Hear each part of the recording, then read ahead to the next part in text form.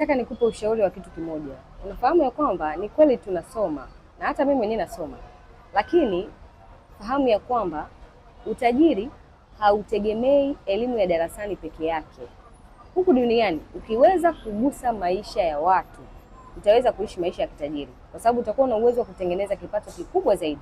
Wewe angalia tu wale matajiri wote duniani, angalia kuna kitu wanakifanya, yani kuna namna wanagusa maisha ya watu, na ndio maana wanakuwa na uwezo wa kutengeneza kipato kikubwa zaidi. Kwa hiyo usitegemee elimu ya darasani peke yake.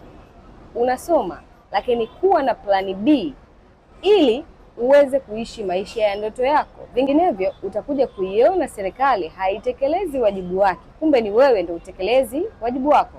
Ungana nami Rais wa Graduators door to door mpaka pale tutakapofikia lengo la kupata kitu ambacho kitatuvusha katika level ya maisha. Tunasema ya kwamba vijana hatusubiri ajira, ila sisi vijana ndio tunazitengeneza hizo ajira. Kama unahitaji, hebu wasiliana nikupe ushauri namna sahihi ya kuweza kuachieve malengo yako.